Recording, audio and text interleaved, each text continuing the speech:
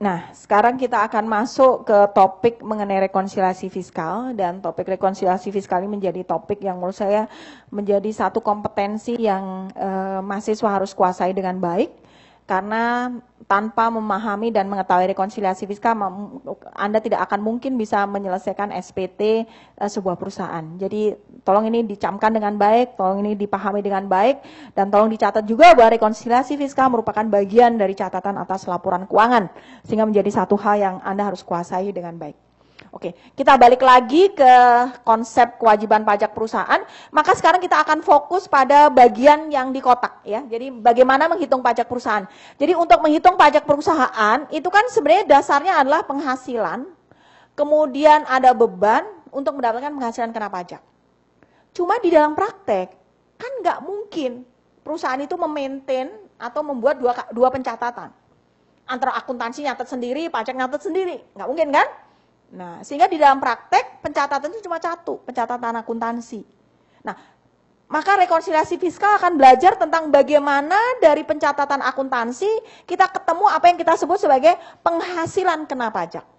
Ya, jadi kalau ditanya lebih detail, jadi rekonsiliasi fiskal itu apa? Proses untuk mendapatkan penghasilan kena pajak. Jadi satu proses yang kita lakukan untuk menemukan berapa sih penghasilan kena pajak dari laba secara akuntansi. Jadi proses dari laba akuntansi ketemu penghasilan kena pajak, ini prosesnya itu kita sebut sebagai rekonsiliasi fiskal, atau ada juga yang menyebut sebagai koreksi fiskal. Oke. Ya, jadi di sini yang menjadi perbedaannya kenapa? Karena antara pembukuan dengan pajak itu beda. Sehingga di sini kita nggak mungkin melakukan double pencatatan, sehingga kita nyatetnya berdasarkan akuntansi. Maka di sini akan muncul perbedaan antara akuntansi dengan fiskal, maka di sini kita perlu melakukan penyesuaian. Jadi kalau Anda masih ingat gambar kita, kita masuk dulu ke gambar. Nah, maaf, ada di belakang. Nah, secara teknis, rekonsiliasi fiskal atau koreksi fiskal ini ada dua cara. Ini istilah saya aja. Jadi yang pertama adalah teknik rekonsiliasi. Apa itu teknik rekonsiliasi? Teknik rekonsiliasi itu adalah kita melakukan merekon dari angka laba akuntansi, kita rekon, ketemulah laba menurut fiskal. Itu namanya rekonsiliasi. Sementara kalau koreksi, kita ketemu laba sebelum pajak berapa, kita koreksi. Positif, negatif, baru ketemu berapa sih penghasilan kena pajak. Ya, jadi ini cuma masalah teknis, tapi di dalam praktek selalu saya sarankan Anda menggunakan teknik rekonsiliasi. Kenapa? Karena di dalam praktek, di dalam SPT nanti akan ditanya berapa penghasilan, berapa beban gaji, berapa beban depresiasi, dan seterusnya. Jadi kalau Anda menggunakan teknik koreksi, nanti Anda nggak akan ketemu berapa jumlah masing-masing. Nah, cuma teknik koreksi ini menjadi penting pada saat Anda membuat catatan atas laporan keuangan. Karena kalau Anda membuat catatan atas laporan keuangan, itu starting point-nya atau mulainya itu dari laba sebelum pajak. Baru dikoreksi positif, koreksi negatif. Ya, jadi kalau ditanya, pilih yang mana? Kalau menurut saya sih dua-duanya jadi penting juga. Ya, Anda buat proses rekonsiliasi, tapi tetap Anda identifikasi mana yang koreksi positif, mana yang koreksi negatif. Jadi dua-duanya menurut saya tetap harus Anda kuasai dengan baik. Baik proses rekonsiliasi maupun proses koreksi. Nah ini kita harus tahu, apalagi kalau nanti Anda bekerja sebagai konsultan pajak, Anda bekerja sebagai auditor, Anda bekerja sebagai penyusun laporan keuangan. Dalam perusahaan itu selalu ada trade-off antara akuntansi dengan pajak. Ketika laba perusahaan tinggi, senang perusahaan. Karena apa? Performance-nya bagus. Senang investor, labanya besar, bonusnya besar buat manajemen. Tapi laba yang tinggi itu akan dibarengi dengan pajak yang besar. Jadi kalau Anda mau pajaknya nggak gede, ya labanya nggak tinggi. Ya, sehingga di sini akan ada trade-off. Kalau Anda menginginkan membayar pajak yang lebih rendah, maka penghasilan Anda akan rendah, performance Anda jadi jelek. Nah, ini untuk perusahaan publik menjadi concern. Trade-off ini menjadi kecil. Karena biasanya perusahaan akan tetap mengoptimalkan laba, walaupun konsekuensinya dia harus bayar pajak. Tapi bagi perusahaan-perusahaan tertutup, bagi perusahaan menengah, ini mohon maaf, seringkali masih ada keinginan dari pengusaha-pengusaha kita yang tidak mau taat membayar pajak.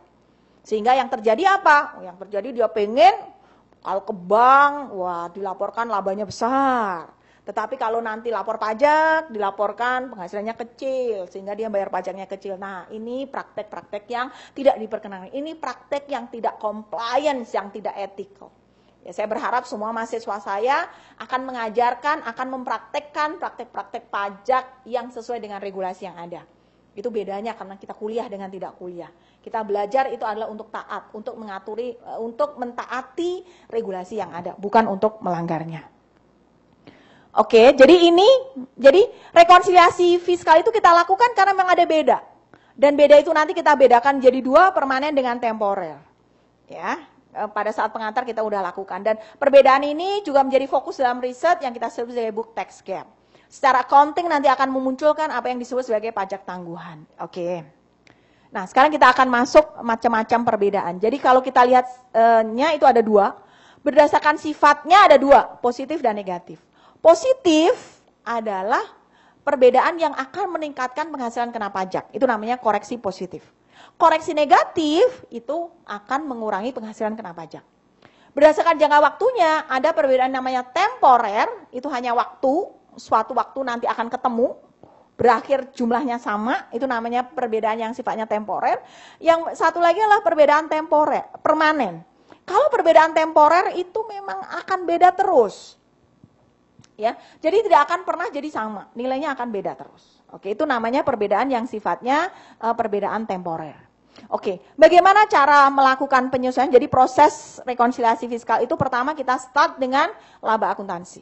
Oke, dari laba akuntansi masih ada nggak penghasilan yang belum diakui? Karena bisa jadi menurut akuntansi ini bukan pendapatan, tapi menurut pajak ini penghasilan.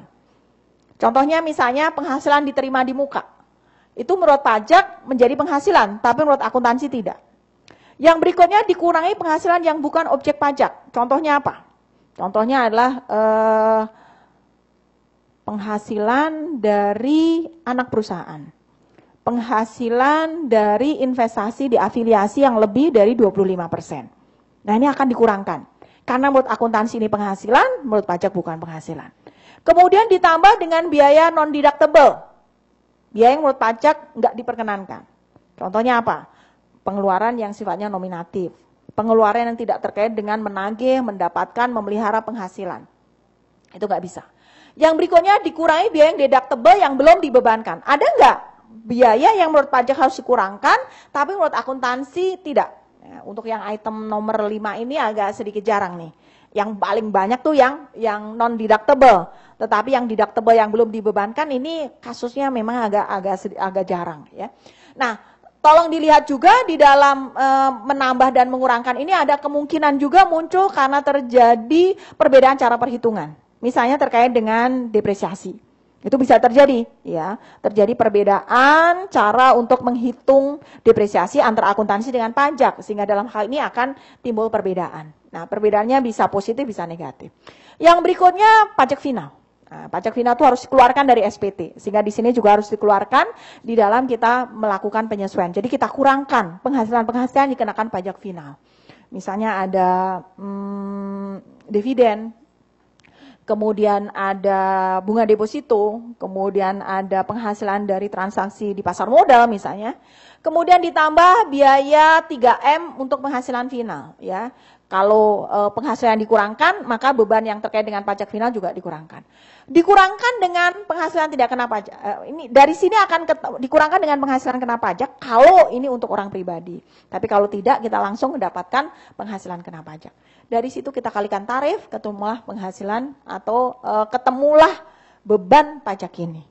Baru setelah itu kita akan catat pajak tangguhannya dari perbedaan-perbedaan yang sifatnya temporer. Ya, jadi secara umum flow-nya seperti itu. Ya, memang kalau dijelaskan dalam flow gampang, ya. Yang susah itu adalah nanti di dalam aplikasinya. Makanya kita nggak bisa hanya dari ceramah begini, kita harus banyak latihan. Nanti kita bisa ambil ilustrasi yang ada di dalam PPT maupun di dalam soal kasus, bagaimana cara melakukan koreksi fiskal sampai menyelesaikannya ke dalam SPT. Oke, nah ini adalah perbedaan temporer tadi. Nah, perbedaan temporer itu ada dua, yaitu perbedaan temporer yang bersifat kena pajak dan dapat dikurangkan. Kalau dia kena pajak, maka nanti akan memunculkan beban pajak tangguhan di laporan laba rugi dan akan memunculkan liabilitas pajak tangguhan. Tapi kalau dia dapat dikurangkan, sebaliknya. Dia akan menjadi manfaat pajak penghasilan, di sisi lain nanti akan memunculkan aset pajak tangguhan. Nah, itu kalau beda tadi dapat dikurangkan di masa yang akan datang. Oke, ini adalah kalau kita lihat dalam laporan keuangan, jadi apa bedanya antara laporan keuangan dengan laporan fiskal? Jadi laporan keuangan itu akan digunakan sebagai acuan di dalam membuat laporan fiskal setelah dilakukan rekonsiliasi atau koreksi. Laporan fiskal itu akan disampaikan sebagai catatan dalam laporan keuangan, sekaligus menjadi dasar untuk pengungkapan komponen-komponen tertentu di dalam laporan keuangan, misalnya aset tetap dan seterusnya. Itu di dalam aset tetap ini kan memunculkan misalnya beda yang sifatnya temporer, sehingga nanti akan mempengaruhi aset pajak tangguhan atau liabilitas pajak tangguhan. Jadi di sini walaupun laporan fiskal itu tidak dilaporkan, tetapi perusahaan tetap harus memaintain laporan fiskal tersebut. Ya, laporan fiskal kan nanti hanya menjadi bagian dari angka-angka yang dimasukkan di dalam SPT. Tetapi perusahaan tetap harus maintain, harus memelihara kertas kerja rekonsiliasi fiskal ini karena akan mempengaruhi cara melakukan koreksi fiskal di tahun berikutnya. Ya. Ini adalah item-item apa yang biasanya dikoreksi. Ini contoh misalnya penghasilan yang bukan objek pajak itu apa saja. Dari warisan, natura, asuransi, sumbangan, dan seterusnya. Ya. Oke. Terus yang berikutnya adalah kalau kita coba lihat di sini yang non-deductibles apa aja. Misalnya pembagian laba, itu tidak masuk. Biaya untuk kepentingan pribadi, misalnya itu juga nggak boleh sebagai deductible expenses. Pajak penghasilan, ya. Oke, jadi nanti Anda coba lihat satu-satu dari item belanja atau item biaya yang ada dalam perusahaan, ada nggak yang terkait dengan non-deductible expenses yang diatur dalam pasal 9 ayat 1. Ya, oke. Nah, ini adalah untuk yang mana yang non-deductible, mana yang deductible. Jadi misalnya, contoh yang non-deductible misalnya adalah pengobatan secara cuma-cuma bagi pegawai. Itu kan dianggapnya sebagai natura, maka di sini sesuatu yang sifatnya non-deductible. Nah, dia akan menjadi deductible kalau bentuknya adalah penggantian biaya pengobatan. Dan itu masuk ke slip gaji. Makan siang bagi sebagian karyawan itu adalah non-deductible, tapi kalau seluruh karyawan itu menjadi deductible. Kalau PPh 21 ditanggung perusahaan itu adalah non-deductible, tetapi kalau tunjangan PPh 21 itu adalah menjadi deductible. Kalau biaya jamuan tidak ada daftar nominatif, itu adalah non-deductible. Tapi kalau ada dilengkapi daftar nominatifnya, itu akan menjadi deductible. Jadi ini perusahaan penting sekali untuk membuat tax planning, karena semakin banyak non-deductible, akan membuat pajaknya semakin besar. Ya, jadi hindari biaya-biaya yang sifatnya non-deductible. Oke. Ini adalah penghasilan yang dikenai pajak final apa saja, tadi sudah dijelaskan secara sekilas, ada sewa, ada deposito, ada undian, ada jasa konstruksi, ada sekuritas, ya ini tolong dicatat, jadi kalau nanti ketemu penghasilan ini harus dikoreksi, koreksinya adalah negatif karena ini akan mengurangi penghasilan karena dia sudah dikenakan pajak final. Oke, jadi itu untuk koreksi fiskal secara konsep. Nanti kita akan belajar melalui kasus yang ada di dalam kasus scaling-nya sendiri, atau juga Anda bisa belajar lebih lanjut di dalam PPT details yang ada contoh ilustrasi kasusnya. Terima kasih. Assalamualaikum warahmatullahi wabarakatuh.